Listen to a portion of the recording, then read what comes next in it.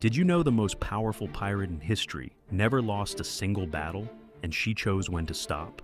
Qing Shi started life as a sex worker in Canton, China. Then she married a pirate lord named Zheng Yi, and when he died in 1807, she did something nobody expected. She took command herself. Within a few years, she controlled over 1,800 ships and nearly 80,000 fighters. The Royal Navy tried her, the East India Company tried her, the Portuguese tried her. None of them could break her. She ran her fleet with strict written codes. Steal from a village that supplied you, and you lost your head. Every rule was enforced. Every captain answered to her. And when she finally decided she was done, she sat down with the Chinese government and negotiated her own retirement.